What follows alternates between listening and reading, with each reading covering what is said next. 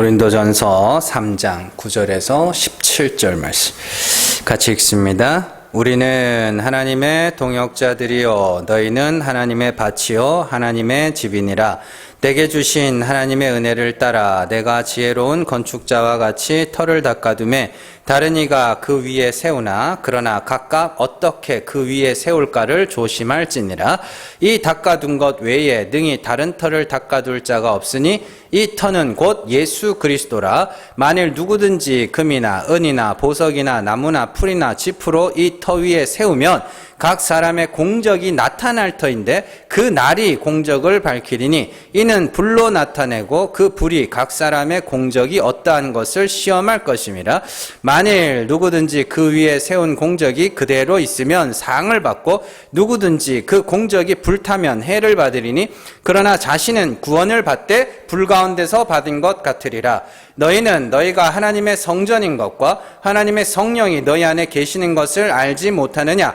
누구든지 하나님의 성전을 더럽히면 하나님이 그 사람을 멸하시리라. 하나님의 성전은 거룩하니 너희도 그러하니라. 아멘. 고린도전서 20번째 시간입니다.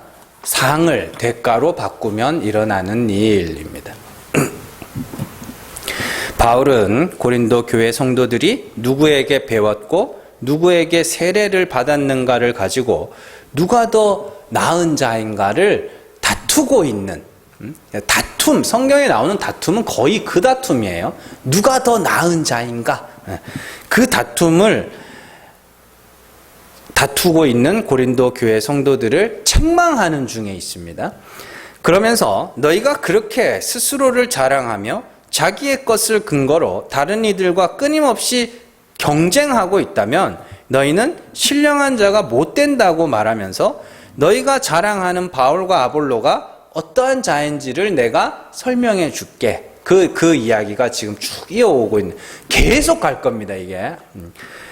지난주에 배운 내용에서 바울은 자신은 씨를 뿌리는 자로 아볼로는 물을 주는 자라고 하면서 자신들의 사명을 이야기를 해줬죠. 씨 뿌리고 물 주는 자다. 그러나 자라게 하시는 이는 하나님이야. 그러니까 우리는 아무것도 아니다. 그러나 아무것도 아니다고 할지라도 그게 없으면 하나님이 일하지 않기로 하신 거죠. 그래서 좋은 소식을 전하는 자들의 발, 아름답도다 좋은 소식을 전하는 자들의 발이요. 왜? 그들이 하나님이 보내셔서 말하게 해야 듣고 믿고 부르짖을 거 아닙니까? 그렇죠? 그래서 로마서 10장에서는 그렇게 복음을 전하는 자들의 발이 아름답다라고 하면서도 고린도전서에서는 우리는 아무것도 아니라고 하는 이유는 내가 너희를 믿게 한 것이 아니라 하나님이 믿게 하셔야 믿는 것이기 때문에 우리는 아무것도 아니지만 그러나 우리가 전하여 주지 않으면 너희가 어떻게 듣고 믿을 것이냐 이렇게 이야기를 하는 거예요. 그래서 하나님의 동역자다 그렇게 이야기를 하는 거예요. 그러면서 씨를 뿌리고 물 주는 바울과 바나바는 자신들이 받을 상이라고 되어 있는데 보상이에요. 보상이 있는데 그 보상이 뭐냐 하면 영적인 것으로 심고 육적인 것으로 거두는 거예요. 그게 뒤에 가면 말씀이 거기까지 이어진다니까요. 계속해서.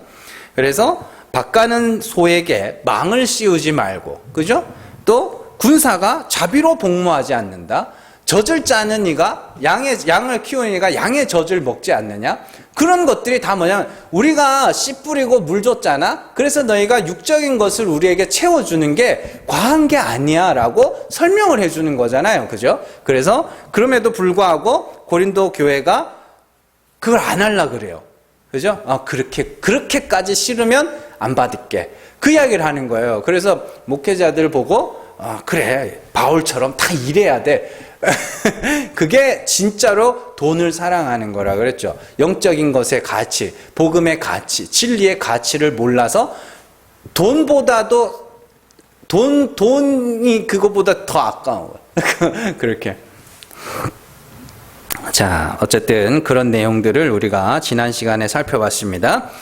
인간은요, 동일한 상황을 놓고 어떤 언어를 사용하는가에 따라서 그 사람이 그 상황을 어떻게 인식하는지를 알 수 있어요.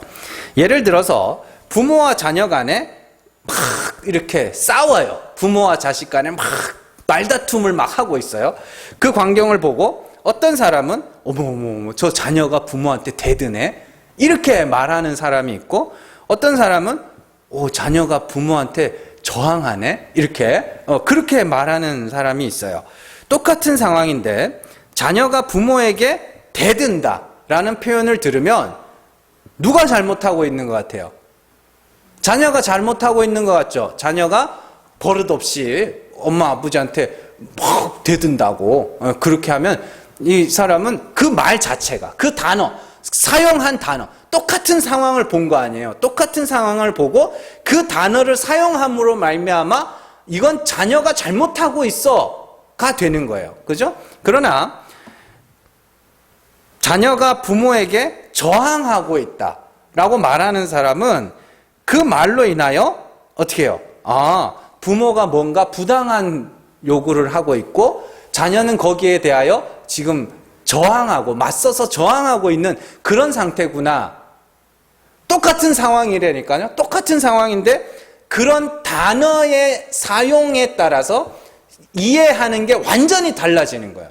그래서 거기서 자연스럽게 편이 나뉘게 돼요.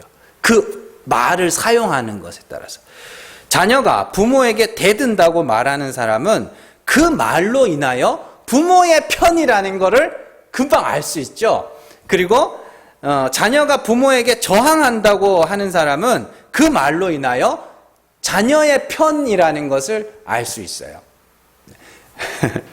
이처럼 우리의 언어에는요, 내가 상황을 어떻게 보고 있으며 또 내가 누구의 편인지도 알 수 있어요. 이런 언어가 가지는 특성을 가장 잘 이용한 사람들이 정치인들이에요. 그래서 정치인들이 잘하는 게 뭐냐면 말 만들기 있죠. 뭐 사회적 거리두기, 뭐 그 말이에요. 진짜 말을 만든 거잖아요. 그게 사회적 거리두기 뭐 이러면서 그 말을 진짜 잘 만들어. 자, 정치인들은요, 자기들이 추진하고 결정한 일에 자기 편이 아군이 자기들이 추진하고 결정한 일에는 공정, 정의, 상생, 평등과 같은 온갖 아름다운 단어들을 다 때려붙여요. 어디 사전에 어디 처박혀 있는지도 모를 그런 단어들을 다 끄집어내서 거기에다가 온갖 아름다운 단어들을 다 붙여요. 그래서 우리가 하는 일은 이렇게 좋은 일이야 라고 이렇게 선전을 하죠. 그리고 상대방이 하는 일에는 무조건 불공평, 부당, 부정, 무지합의 이런 단어들을 싹 다 갖다 붙여요. 그래서 쟤네가 하는 일은 전부 다 나쁜 일이야 이렇게. 제가 지금 누구 편을 들고 있는 게 아니라 정치인들이 잘 하는 게 그거예요. 그래서 내가 하는 일은 이렇게 좋고 아름다운 일이니까 나한테 붙으면 너희는 좋은 일에 동참하는 거야. 그런 식으로 정치인들을 새를 불려 나가게 돼요. 그래서 그 새로 자기 표를 끌어와서 정권을 잡게 되는 그런 논리거든요. 자, 어쨌든 우리가 쓰는 언어에는요, 여러분들이 한마디 말 안에도 많은 정보가 담겨 있어요. 여러분들이 지금 이 상황을 어떻게 인식하느냐, 또 내가 누구의 편에서 말하고 있는가, 그죠? 그리고 나는 어떤 사람인가까지도 알 수 있어요. 그 언어를 보면, 사용하는 언어를 보면. 이런 모습은 성경을 읽고 해석하는 과정에서도 여과 없이 나타납니다. 설교 준비를 하면서 개인적으로 제일 먼저 하는 작업이 뭐냐면 원어 성경을 정확하게 번역하는 거예요.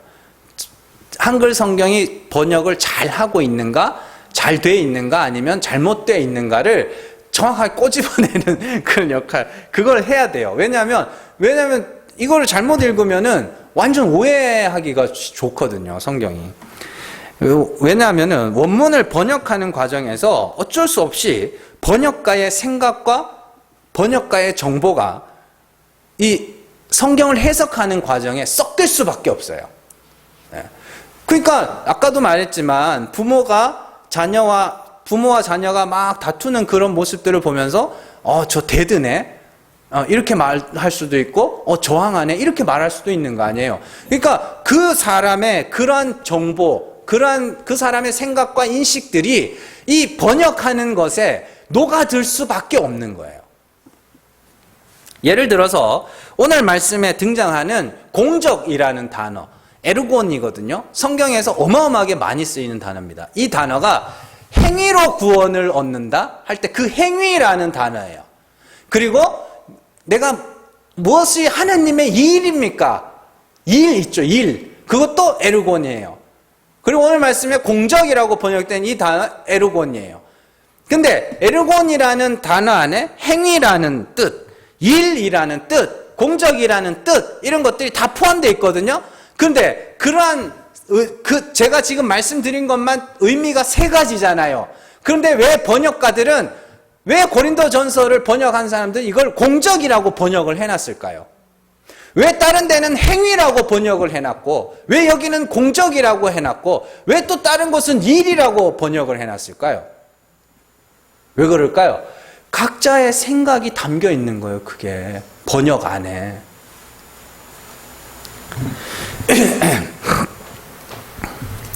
그 사람의 생각이 한 단어의 여러 가지 뜻 중에서 하나를 골라서 선택한 거예요. 네.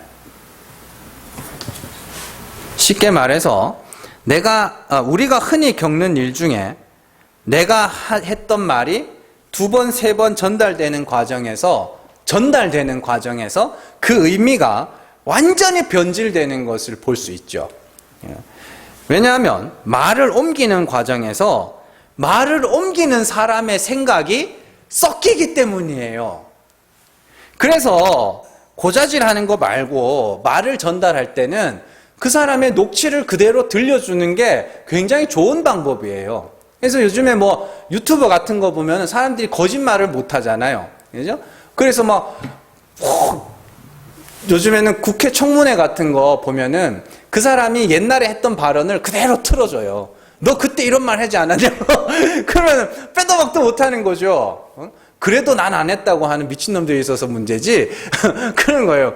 전에 이 말 했잖아. 왜 이제 와서 다른 말 해? 그러면서 그 장면을 그대로 틀어준다니까요. 근데 기억이 안 납니다. 그리고 그걸 되게 싫어합니다. 왜 그럴 것 같으세요? 왜 싫어하는 것 같으세요?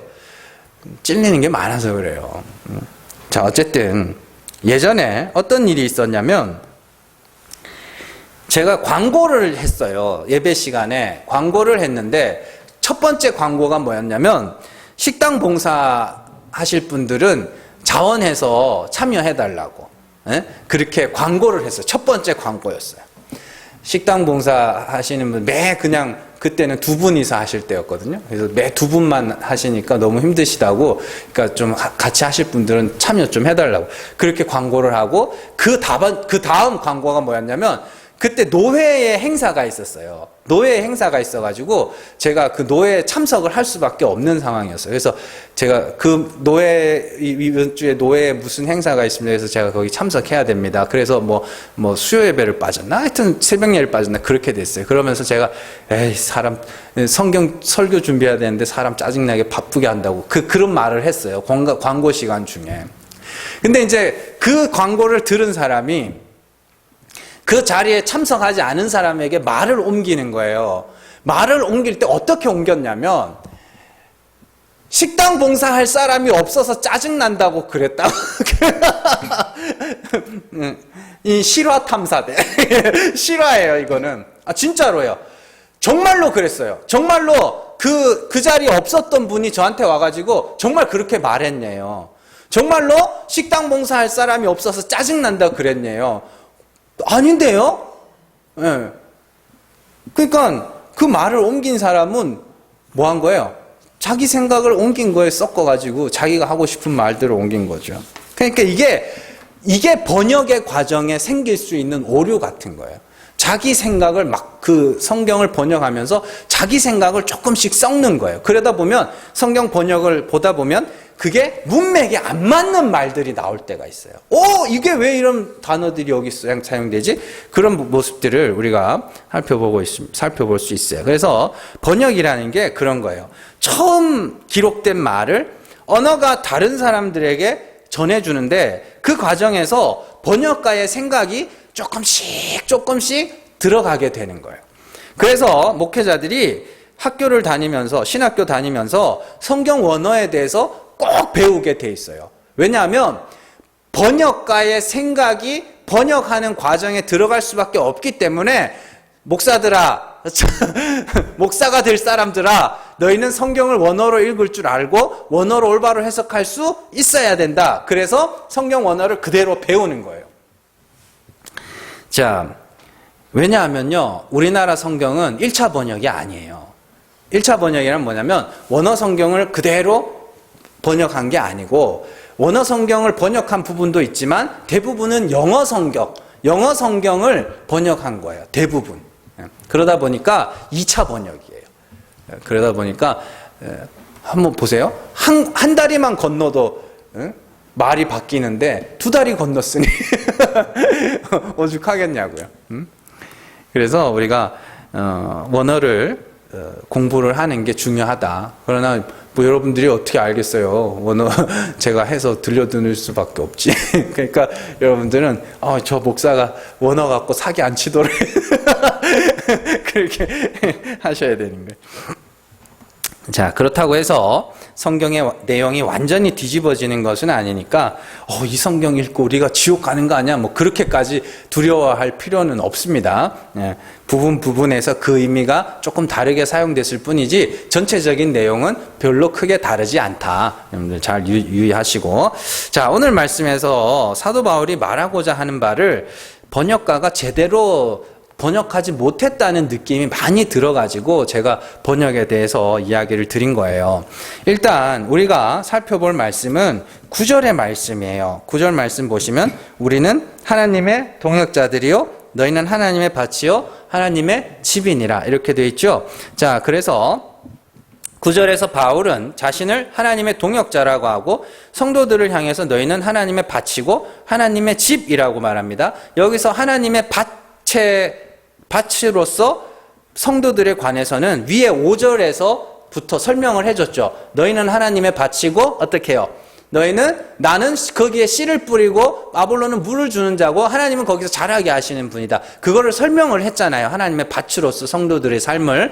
자, 그래서 하나님의 밭인 성도들에게 말씀이라는 씨를 뿌리고 또한 말씀이라는 물을 주지만 자라게 하시는 분은 하나님이라는 것을 배웠어요.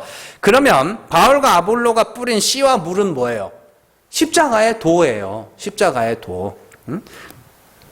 이에 대해서는 앞에서도 말씀드렸지만 십자가의 도는 멸망당하는 자들에게는 어리석은 것이고 부르심을 받은 자들에게는 하나님의 능력이 된다고 바울은 반복해서 말하고 있습니다. 고린도전서 1장 18절 십자가의 도가 멸망하는 자들에게는 미련한 것이요 구원을 받은 우리에게는 하나님의 능력이라. 고린도전서 1장 22절 24절입니다. 유대인은 표적을 구하고 헬라인은 지혜를 찾으나 우리는 십자가에 못 박힌 그리스도를 전하니 유대인에게는 거리끼는 것이요 이방인에게는 미련한 것이로되 오직 부르심을 받은 자들에게는 유대인이나 헬라인이나 그리스도는 하나님의 능력이요 하나님의 지혜니라. 그러니까 사도 바울이 십자가의 도, 그리스도의 십자가 이걸 전했단 말이에요. 그러면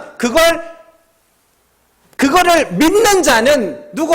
하나님이 믿게 하신 자, 하나님이 부르신 자, 하나님이 택하신 자만 그걸 믿을 수가 있다. 그렇기 때문에 너희는 하나님의 밭이야. 그리고 너희 자라게 하신 분은 하나님이야. 그러니 우리는 그냥 씨 뿌리고 물 주는 자였으니까 우리를 자랑하지 말고 너희를 구원에 이르게 하신 그리스도와 그리고 너희를 믿게 하신 그 하나님께 영광을 돌려야지. 그 이야기를 한 것이 하나님의 밭에 대한 이야기였단 말이에요. 그러면 바울 자신이 하나님의 동역자라고 부르는 이유는 믿게 하시는 이는 하나님이고 자신은 하나님이 주신 사명을 따라 십자가의 도를 전하는 자였다. 그 이야기를 한 거 아닙니까? 그러나 전하는 이가 없으면 듣지도 믿지도 주를 부르지도 못한다고 로마서 10장에서 말했으니까 그래서 자기는 하나님의 동역자라고 이야기를 하는 것이죠. 아까 전에 제가 이거는 다 설명을 드렸죠. 그렇게 바울이 밭에 씨를 뿌리고 물을 주지만 자라게 하시는 이는 하나님이라는 것은 하나님의 동역자로서 바울과 아볼로는 너희의 자랑이 아니다, 그 이야기를 하는 거예요. 그리고 9절에서 나오는 또 다른 하나가 뭐냐면 하나님의 집이에요. 하나님의 집이 뭐예요? 성전. 그렇죠. 그래서 이 성전이 16절에 너희가 성전이다로 연결되는 거예요. 16절에 나오죠. 너희가 하나님의 성전인 것과 하나님의 성령이 너희 안에 계시는 것을 알지 못하느냐. 그래서 이 9절에 나오는 하나님의 집에 대한 이야기가 17절까지 쭉 이어지는 그런 과정 속에 있는 거거든요. 뭔 말인지 아시겠죠? 그래서 너희가 하나님의 집이야.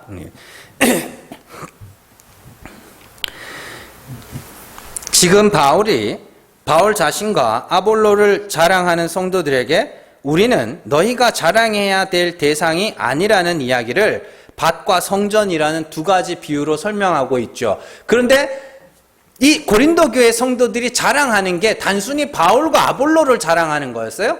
아니죠. 그들에게서 배운 나를 자랑하는 거잖아요. 그 이야기예요. 오늘 말씀이. 자, 바울은 앞서서 밭에 비유해서 자신을 씨 뿌리는 자, 아볼로는 물을 주는 자라고 이야기를 했습니다. 그리고 마찬가지로 성전에 비유해서는 자신을 터를 닦는 자. 그죠? 그리고 그 터는 뭐라 그래요? 그리스도. 십자가의 도. 그죠? 그리스도를 전했다. 바울이 한 일이 뭐예요? 고린도 교회에게 그리스도와 그가 십자가에 못 박히신 것을 전했다. 그게 터를 닦는 거라니까요. 터를 닦는 거. 자, 그리고 10절 말씀 한번 보세요. 자, 내게 주신 하나님의 은혜를 따라 내가 지혜로운 건축자와 같이 터를 닦아두매 다른 이가 그 위에 세우나 그러나 각각 어떻게 그 위에 세울까를 조심할지니라. 이렇게 돼 있어요. 자, 요 말씀을 보시면 그리스도라는 터 위에 뭐를 세워야 되지?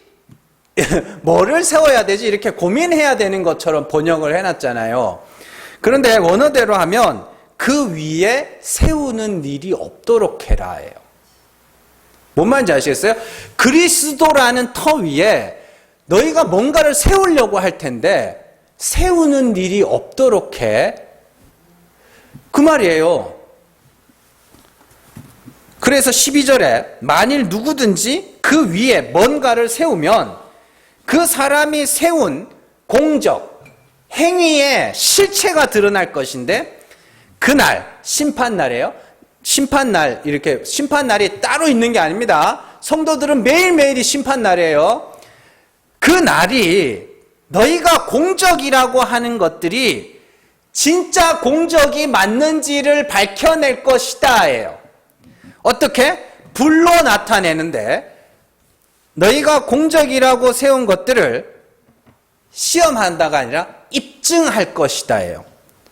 그래서 그 불 앞에 너희의 공적이 그대로 있으면 그에 대한 대가를 받을 것이고, 상이 아니에요. 대가를 받을 것이고, 불타면 해를 받을 것인데 자신은 불 가운데서 구원을 받는 것 같을 것이다. 이렇게 이야기를 해요. 그러니까 지금 상을 대가로 바꾸면 그게 뭔지 아시겠죠? 지금 10절부터 쭉 한번 보세요. 그리스도라는 터 위에 누군가가 세우려고 할 건데 그렇게 되면 안 된다를 이야기하는 거예요. 지금 이 사도들을, 목회자들을 자랑하는 성도들이 결국에는 나를 자랑하고 있는 거 아닙니까? 그리고 그들이 뭐예요? 거룩한 나, 의로운 나, 더 나은 나, 이렇게 나를 세우고 있는 거란 말이에요. 그러니까 하나님이 불로, 성령의 불이에요. 소멸하는 불이에요. 성령의 불로 그걸 태울 건데 그게 만약에 남아있으면 너희는 그에 상응하는 대가를 받을 거야. 그게 뭐냐면 멸망이에요.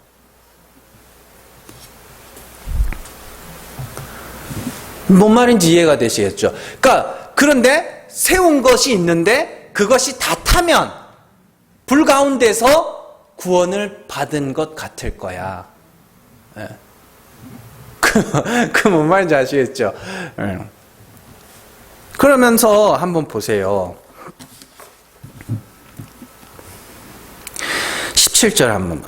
17절. 누구든지 하나님의 성전을 더럽히면 하나님이 그 사람을 멸하시리라. 하나님의 성전은 거룩하니 너희도 그러하니라. 성전을 더럽히면 어떻게 돼요? 멸하는 거잖아요. 그런 얘기예요.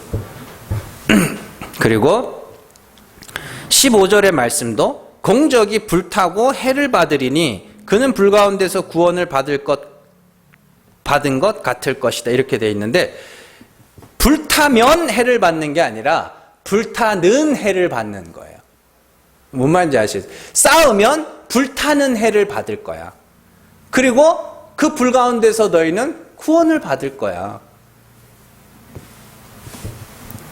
그래서 그 해를 받아야 뭐 하는 거야? 그 해를 받아야 구원을 받는 거예요. 그 해를 받아야. 그러면서 바울이 16절에서 너희는 너희가 하나님의 성전인 것과 하나님의 성령이 너희 안에 계시는 것을 알지 못하느냐라고 물으면서 성전을 더럽히지 말아라. 그럼 뭐냐면, 야, 성령이 거하는 너희가 하나님의 전인데 뭘 쌓으려 그래? 그 이야기예요. 뭐를 세우려 그래? 네가 성전인데, 그리스도라는 터 위에 서 있는 네가 성전인데 뭘 세우겠다고 그러는 거야? 예요. 그러니까 이게 그냥 한글 성경만 읽으면 열심히 공적을 쌓아가지고 그래 그 공적이 다 남아있으면 하나님이 그 공적에 대한 상을 주고 그 없으면은 겨우 구원받을 거다.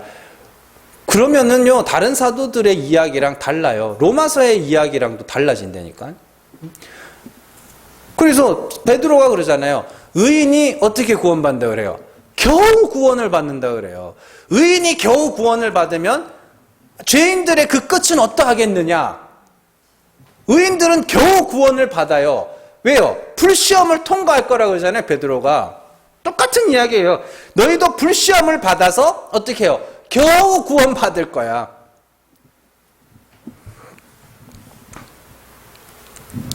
그러니까 이 말씀을 쉽게 요약하면 사도 바울이 십자가의 도를 전하는 것이 그리스도라는 터를 닦는 것인데 그 터 위에 성도들이 자꾸만 뭐를 쌓으려고 그러더라는 거예요. 그래서 그 쌓은 것으로 뭐 하는 거예요? 누가 더 나은 자인가를 자꾸만 비교를 하더라. 그래서 그 쌓은 것들을 근거로 누구에게 세례를 받았는가부터 시작해서 누가 더 의로운 자이며 누가 더 거룩한 자이며 누가 더 경건한 자인지를 자꾸만 그렇게 비교하여 다투고 있더라. 그래서 바울이 하는 말이 너희가 그리스도라는 터 위에 너희의 것을 쌓지 않도록 조심해라. 그 이야기예요. 그거 언젠가 하나님이 다 불살라 버릴 거야. 그런데 하나님이 그렇게까지 하셨음에도 불구하고 공적이 남아있다면 너희는 그에 상응하는 대가를 받게 될 거야. 그게 뭐냐면 성전을 더럽힌 거니까 그게 멸망이에요.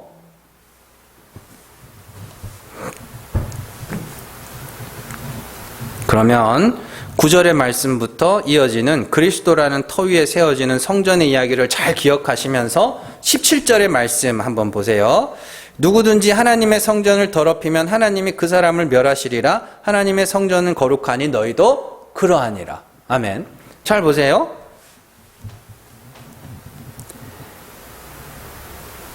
(17절의) 말씀은 사람들이 예수 믿는다고 하는 사람들이 술, 담배에서 몸을 더럽히고 또 창기와 놀아나가지고 몸을 더럽히면 뒤에 가면 또 나오거든요. 몸을 더럽히는 것이 그것이 성전을 더럽히는 거다. 그 이야기를 하는 게 아니에요. 1장 26절 30절 보면 하나님 뭐라 그래요? 너희는 그리스도는 하나님으로부터 나서 너희 안에 있고, 그죠? 그리고 그리스도는 너희의 의로움과 지혜와 거룩함과 구원이 되셨다. 그러니까 너희는 그리스도로 자랑해라. 그리고 하나님 어떤 분이라고 그래요? 하나님은 약한 자를 들어 강한 자를 부끄럽게 하시는 분이라 그러죠. 그러니까 너희는 그리스도만 의지하고 너희의 지혜와 너희의 거룩과 너희가 스스로 뭔가를 했다는 건 다 자랑해서 없어져야 되는 거야. 그 1장 30절에서 이야기하는 게 그 이야기잖아요. 그러니까 그런데 너희는 그래서 그리스도라는 터 위에 서서 성령을 받은 하나님의 성전들인데 너희가 거기에 쌓는다는 것 자체가 성전을 더럽히는 거야. 그거 한번 가보세요. 1장 30절로 한번 가보세요. 17절부터 31절까지 같이 읽습니다. 그러나 하나님께서 세상에 미련한 것들을 택하사 지혜 있는 자들을 부끄럽게 하려 하시고 세상에 약한 것들을 택하사 강한 것들을 부끄럽게 하려 하시며 하나님께서 세상에 천한 것들과 멸시받는 것들과 없는 것들을 택하사 있는 것들을 폐하려 하시나니 이는 아무 육체도 하나님 앞에서 자랑하지 못하게 하려 하심이라. 너희는 하나님으로부터 나서 그리스도 예수 안에 있고 예수는 하나님으로부터 나와서 우리에게 지혜와 의로움과 거룩함과 구원함이 되셨으니 기록된 바 자랑하는 자는 주 안에서 자랑하라 함과 같게 하려 함이라. 아멘. 그러면 그리스도만을 자랑하고 아무 육체도 자랑하지 말아야 되는데 자기가 쌓아서 자기를 자랑하고 있는 자들은 그게 뭐예요? 그게 성전을 더럽히는 거라니까요. 그래서 그 성전을 더럽히는 걸 성령의 불이 싹 다 태우겠다고 소멸하는 불로 오셔서 그걸 다 태워서 정말로 내 지혜와 의로움과 거룩함과 구원함 예수 그리스도밖에 없습니다. 요 자랑을 하게 해야 되는데 그럼에도 불구하고 그거를 여전히 남겨놓고 끝까지 남겨놓고 있겠다 그러면 그에 상응하는 대가를 받게 될 거야. 그렇게 가는 거예요. 자, 왜냐하면 천국은 하나님의 은혜가 찬송받고 인간이 자기의 어떠한 자랑도 할 수 없는 곳이기 때문이에요. 에베소서 2장 8절에서 9절 같이 읽습니다. 너희는 그 은혜에 의하여 믿음으로 말미암아 구원을 받았으니 이것은 너희에게서 난 것이 아니요 하나님의 선물이라. 행위에서 난 것이 아니니 이는 누구든지 자랑하지 못하게 함이라. 아멘. 로마서 11장 6절 가보세요. 같이 읽습니다. 만일 은혜로 된 것이면 행위로 말미암지 않음이니 그렇지 않으면 은혜가 은혜되지 못하느니라. 아멘. 사람의 행위가 섞이면 은혜가 은혜되지 못하는 거죠. 에베소서에서는 아무 육체도 자랑할 수 없다. 왜냐하면 하나님의 은혜가 높임을 받아야 되기 때문이다. 그래서 하나님의 택하심과 부르심과 의롭다 하심 그 모든 과정 속에 인간의 행위가 섞일 수가 없다. 그 율법은 뭐예요? 그 그리스도에게로 가는 몽학선생, 나를 죽여 그리스도와 함께 연합하게 만드는 그런 몽학선생으로서의 역할이죠. 그래서 내가 율법에 대하여 죽으면 율법이 내게서 뭐 하는 거예요? 완성된다. 그렇게 이야기를 하는 거고요. 이런 말씀들을 보면 공적은 쌓아도 되고 안 쌓아도 되는 것이 아니라 살아있는 동안 우리의 모든 공적은 다 불타 없어져야 돼요. 인간이 쌓은 공적, 행위가 하나님의 성전을 더럽히는 것이기 때문이에요. 이런 모습은 구약의 성전 건축의 이야기에서도 약간 힌트를 얻을 수 있어요. 구약에는 크게 3번의 성전 건축의 이야기가 나오는데 그 중에 중요한 것은 광야의 성막과 솔로몬의 성전 이야기예요. 그래서 여기서 아주 중요한 공통점을 하나 발견할 수 있거든요. 출애굽기 36장으로 한번 가보세요. 출애굽기 36장 1절에서 2절입니다. 같이 읽습니다. 부살렐과 오홀리압과 및 마음이 지혜로운 사람 곧 여호와께서 지혜와 총명을 부으사 성소에 쓸 모든 일을 할 줄 알게 하신 자들은 모두 여호와께서 명령하신 대로 할 것이니라. 모세가 부살렐과 오홀리압과 및 마음이 지혜로운 사람 곧 그 마음에 여호와께로부터 지혜를 얻고 와서 그 일을 하려고 마음에 원하는 모든 자를 부르매. 아멘. 자, 역대상 28장으로 한번 가보세요. 역대상 28장 19절에서 21절 말씀입니다. 읽습니다. 다윗이 이르되 여호와의 손이 내게 임하여 이 모든 일의 설계를 그려 나에게 알려주셨느니라. 또 그의 아들 솔로몬에게 이르되 너는 강하고 담대하게 이 일을 행하라. 두려워하지 말며 놀라지 말라. 내가 여호와의 성전 공사의 모든 일을 마치기까지 여호와 하나님 나의 하나님이 너와 함께 계시사 내게서 떠나지 아니하시고 너를 버리지 아니하시리라. 제사장과 레위 사람의 반이 있으니 하나님의 성전의 모든 공사를 도울 것이요 또 모든 공사에 유능한 기술자가 기쁜 마음으로 너와 함께 할 것이요 또 모든 지휘관과 백성이 온전히 내 명령 아래에 있으리라. 아멘. 자, 출애굽기의 이야기에서 성전을 건축할 때 하나님이 무슨 일을 하셨냐면 부살렐과 오홀리압 그리고 성막을 짓는 자들에게 지혜로운 마음을 부으셨다. 그죠? 그리고 부살렐과 오홀리압에게 하나님으로부터 받은 지혜를 가진 자들을 통하여 성막을 지어요. 그리고 성막의 규격은 누가 정해주셔요? 하나님이 정해주시죠. 그죠? 그러면 성막을 설계한 분이 하나님이네요. 그리고 성막을 짓는 지혜를 주신 분도 하나님이네요. 그리고 솔로몬 성전의 이야기에서도 그 솔로몬 성전의 설계도를 누가 만들었다 그래요? 하나님이 다윗을 통하여 그 설계도를 그리게 하셨다 그러죠. 그러면 그 설계도를 주신 분이 누가? 하나님이죠. 그리고 하나님이 누구에게? 솔로몬에게 뭘 주셔요? 지혜를 주신다니까요. 성전 짓는 지혜를. 그래서 식양대로 짓죠. 그러면 한번 잘 생각해 보자고요. 하나님이 성전을 건축하는 장면에서 꼭 하신 일이 두 개가 있어요. 설계를 하신 거, 그리고 지혜를 주시는 거. 그렇다면 하나님으로부터 왜 지혜가 주어지는가? 왜 지혜가 주어져요? 하나님의 설계도대로 지어야 되니까. 자, 그리스, 아테네나 그리스 지역에 가면 신전들이 많이 있습니다. 그리고 로마에 가면 만신전이라는 데도 있어요. 그래서 만신전에 가면 이렇게 우주를 형상화해서 천장이 동그랗게 이렇게 만들어 놓아서 온갖 신들이 다 있어요, 거기. 그리고 딱 그 사이에 사람이 딱 서게 돼 있어요. 그건 뭐냐면 세상의 모든 신들이 그 자리에 선 사람을 중심으로 이렇게 돌아가는. 그게 그리스 로마의 그 신 개념이에요. 인간이 중심인 거예요. 인간이 중심이고 그 인간을 위해서 세상의 모든 신들이 움직이는. 그게 천동설적 신관이에요. 그게. 천동설이 뭐예요? 지구는 가만히 있는데 하늘이 움직이는 거잖아요. 그게 천동설. 그럼 지동설은 뭐예요? 태양이 중심이고 지구가 돌아가는, 그게 지동설이잖아요. 근데 참 재밌는 게 기독교는 이미 신약으로 넘어오면서 모든 것이 이 코페르니쿠스적 혁명이라고 그러거든요. 신이 나를 위하여 존재하는 게 아니라 내가 하나님을 위하여 존재하는 거구나를 그 성경이 그렇게 신약이 이야기했는데 아직도 목사란 인간들이 신이 나를 위하여 존재하는 줄 알고 있어요. 그러니 그냥 가가지고 하나님 내 말 안 들으면 죽어 있다고 소리나 하고. 아유 정말.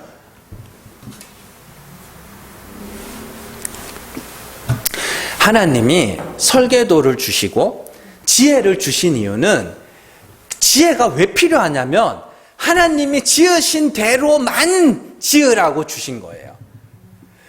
너희가 지혜가 있어서 성전을 아름답게 꾸며라 이게 아니에요. 또 이방신들 우상의 신전처럼 정말 인간들이 상상해서 조각을 파고, 또 인간들이 상상을 해가지고 건물을 올리고 이렇게 지으면 안 된다고. 하나님이 지으라고 한 대로만 지어야 된다고. 그래서 하나님이 지혜를 부으시는 거예요. 그래서 사도 바울이 뭐라 그래? 내가 지혜로운 건축자와 같이 터를 닦았다. 뭐예요? 그리스도라는 터를 닦았다. 그러면 그리스도를 믿는 너희는 그리스도에 의하여 구원받는 줄 알고 거기에다가 뭔가를 쌓으면 안 되는데, 너희의 지혜라는 것이 자꾸만 뭘 쌓더라. 그래서 그 뒤에 가면은 지혜에 대한 이야기가 나와요. 다음 주에 살펴볼 건데. 그러니까 성전 짓는 지혜에 대한 이야기예요. 바울의 지혜는 뭐예요? 예수와 그가 십자가에 못 박히신 것을 전하는 게 진짜 하나님의 지혜를 받은 건축자고, 인간의 지혜는 거기다가 지네가 뭘 쌓는 게 인간의 지혜인 거예요. 그래서 18절에 가면 너희가 지혜로운 줄로 아느냐? 어리석은 자가 되라. 그게 뭐냐면, 너희의 지혜를 발동해서 내가 뭔가를 쌓아야 되는구나, 그렇게 생각하고 있어. 그러면 너희는 뭐요? 그냥 어리석은 자가 돼. 아무것도 쌓지 마. 뭔가를 행하여서 그것으로 내 자랑을 삼고 나는 이렇게 나은 자다, 그럴 거면 차라리 아무것도 하지 말라는 이야기예요. 이런 말씀 보고 그냥 옛날에 무슨 서울의 명동에 무슨 호텔에 불이 나가지고 거기서 불 가운데서 빨가벗고 뉴스에 다 나오는데 건진받은 그 여자처럼 구원받으면 되겠냐고. 뭐죠? 대형각인가? 대형각 빌딩 하여튼 그거 있어요. 실제로 영상도 있어요. 그 뉴스 화면이 아직 있다. 그래서 여자가 그 여관이었겠죠? 호텔인지 여관인지 하여튼 거기 불이 나가지고 그 소방차가 사다리차 같은 데서 그 여자, 빨가벗은 여자를 이렇게 데려 나오는, 그러면 이렇게 구원받아서 되겠냐고 그러면서. 아이고, 그런 거예요. 하나님이 말해 주시잖아요. 하나님의 은혜만 찬송하는 자로, 그리스도의 십자가만 자랑하는 자로, 그게 거룩한 성전이고, 그게 하나님이 지혜를 받은 자들의, 그게 성전의 모습이에요. 그런데 인간들이 자기가 뭘 쌓아서 그걸로 자기를 자랑하려고 하는, 그게 뭐냐면 성전을 더럽히는 거라니까요. 그래서 그런 일이 있으면 안 되니까 성령의 불로 그걸 다 태우시겠다고 하는데 끝까지 지키고 있는 자들이 있어요. 그래서 사도 바울은, 그러면 너네 그에 상응하는 대가를 받을 거야. 그래서 17절에 누구든지 하나님의 성전을 더럽히면 하나님이 그 사람을 멸하시리라. 그렇게 하나님의 성전은 거룩하니 너희도 거룩하다. 왜요? 그리스도라는 터 위에서 너희가 거룩한, 1장에서부터 그 이야기 하잖아요. 너희를 거룩하게 하느냐 그리스도라며요. 베드로도 그러잖아요. 너희 마음에 그리스도를 주로 삼아 거룩하게 해라. 다 그 이야기 하잖아요. 그리스도에 의하여 거룩해지는 거라니까요. 그런데 내가 뭘 자꾸 쌓아서 내가 거룩하다라고, 그러면 하나님이 어떻게 하는 거냐면 그걸 다 어떻게 태우시냐면, 너 진짜 그래? 너 정말로 그래? 나는 여성의 인권을 위해서 일평생 살았습니다. 정말? 한번 해볼까? 그렇게 태우는 거예요. 난 욕도 안 하고 화도 안 내고 그런 사람이야. 정말? 그렇게 태우는 거예요. 그래서 성도는 점점 그런 것들에 대해서 마음이 떠야 되는 거예요. 돈에 대해서 이 세상의 쾌락에 대해서 마음에 뜨는 건 당연한 거고, 그건 천국의 소망이 강해질수록 거기에 대해서 마음이 점점 자동으로 떠지게 되는 거고, 떠나게 되는 거고. 정말 우리가 이 마음이 떠야 되는 게 뭐냐면 결국에 나예요. 내 자랑이에요. 나 이거 했어요. 나 저거 했어요. 그렇게. 정말로 네가 그렇게 거룩한 자야? 정말로? 예? 아니에요. 그거 배워가는 거예요. 진짜네요. 그리스도만이 나를 거룩하게 할 수 있는 그런 분이네요. 그걸 배워가는 거예요. 그러니 성도가 자유롭게 사는 거죠. 그래서 계시록에 가면 하나님이 성전을 측량하셔요. 자, 21장, 계시록 21장 15절에서 17절 한번 보세요. 읽습니다. 내게 말하는 자가 그 성과 그 문들과 성곽을 측량하려고 금갈대자를 가졌더라. 그 성은 네모가 반듯하여 길이와 너비가 같은지라. 그 갈대자로 그 성을 측량하니 12,000스다디온이요 길이와 너비와 높이가 같더라. 그 성곽을 측량하며 144규빗이니 사람의 측량 곧 천사의 측량이라. 이렇게 돼 있죠. 21장이 이제 예루살렘 성전을 측량하는 건데, 다 지어놓은 성을, 예루살렘 성을, 새 예루살렘 성은 성도입니다. 그걸 왜 측량하겠어요? 예? 다 지은 거를 왜 그걸 측량을 하고 있냐고요. 지으라는 대로 지었는지 아닌지를 측량하는 거예요. 그래서 모자라면 채우고 넘으면 쳐내는 거예요. 근데 왜 이야기가 나오냐면, 소아시아 7교회, 저기 요한계시록 2장부터 나오는 그 소아시아 7교회가 하나님이 보시기에 좋은 교회도 있었지만 대부분이 뭐예요? 다 과하거나 모자란 그런 교회였잖아요. 그래서 하나님이 계속해서 내가 너를 징계할 거야, 책망할 거야, 계속 그렇게 이야기를 하시잖아요. 그게 뭐냐면 그리스도만 의지하고 하나님의 은혜만 찬송해야 되는 교회들인데, 그런데 그들이 자꾸만 뭐예요? 뭐가 자꾸 튀어나오네? 그래서 쳐내는 거예요, 그걸. 그래서 하늘에 14만 4천의 이야기가 수시로 나오는 이유가 뭐냐면, 거기에 완성된 새 예루살렘 성도잖아요. 완성된 성도, 천국 백성을 계속 보여주는 게 뭐냐면, 이게 완성품이야. 너희는 이렇게 돼야 돼. 종착지를 보여주시는 거예요.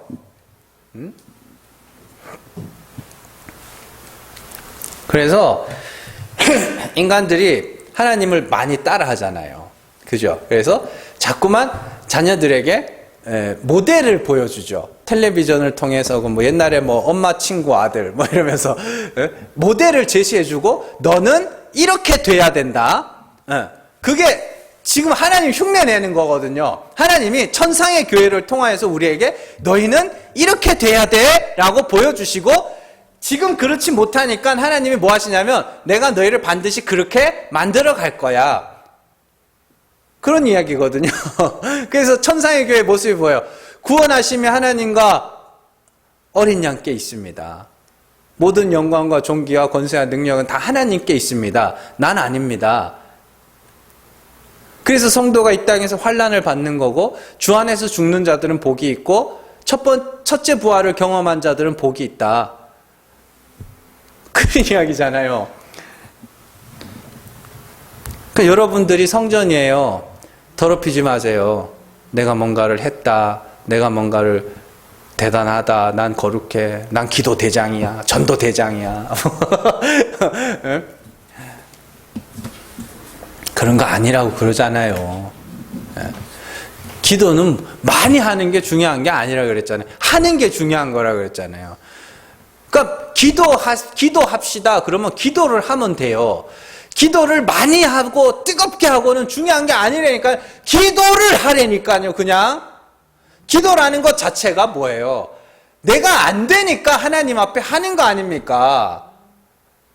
근데 뭘 그게 많이 하고 뜨겁게 하고 왜 붙냐고요? 그런 수식어들이. 전도 대장이야. 뭐.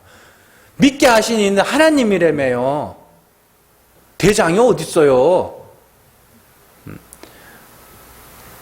그럴 거면 하지 말라는 거지. 사도 바울이. 봉사대장, 뭐. 진짜 그러더만요. 봉사대장, 뭐. 제일 좋아하는 건 뭐예요? 헌금대장. 그래. 하는데. 그게 성전을 더럽히는 거예요. 그게. 그 지금 사도 바울이 얼마나 지금 고린도 교회 성도들을 얼마나 무섭게 야단치고 있는 줄 아시겠어요? 너네 지금 그대로 가면 멸망이야. 그 소리 하는 거예요. 왜 성전을 더럽히고 있어? 왜 너희를 자랑하여? 왜 성전을 더럽히고 있니? 그리스도라는 터 위에 있는 여러분들이 성전이에요. 엉뚱한 거 쌓아서 그것으로 성전을 더럽히지 마시라고요. 잘 기억하시고, 내 모든 공적이 싹 다 불타 없어지고 불 가운데서 구원받은 것 같이, 불 가운데서 그래서 그렇게 호텔에서 벌거벗고 구원받았다고 치자고요. 그 여자가 쪽팔리게 왜 이렇게 구원했나 그랬겠어요? 진짜 당신들 아니었으면 난 죽을 뻔했다고 그러지 않겠어요? 그러니까 그 구원이라는 것이, 자기의 수치와 부끄러움이라는 것을 본 적이 없어서 그런 소리들을 하는 거예요. 내가 내 수치와 내 죄와 내 부끄러움을 알면요, 이건 구원받았다는 것 자체가 너무나도 귀하여서 네, 하나님 남은 평생 진짜 주님을 위해서 살아보겠습니다. 그렇게 간다고요. 하라 그래서 하면은 내가 이걸 했네, 이게 아니라 정말로 하나님, 내가 예수 그리스도의 이름을 증거하기 위해서 내 남은 생에 진짜로 한번 복음을 위해서 한번 살아보겠습니다. 그렇게 되지. 그래? 그럼 아무것도 이거 아니에요. 여러분들 잘 기억하시고 거룩한 성전으로서 더럽히지 마세요. 더럽히지 마시고 불 가운데서 구원받아도 괜찮으니까 하나님 어떻게든 이 죽을 죄인 좀 살려주세요. 그렇게 기도할 수 있는 여러분들 되시기를 주님의 이름으로 축원합니다. 기도하겠습니다.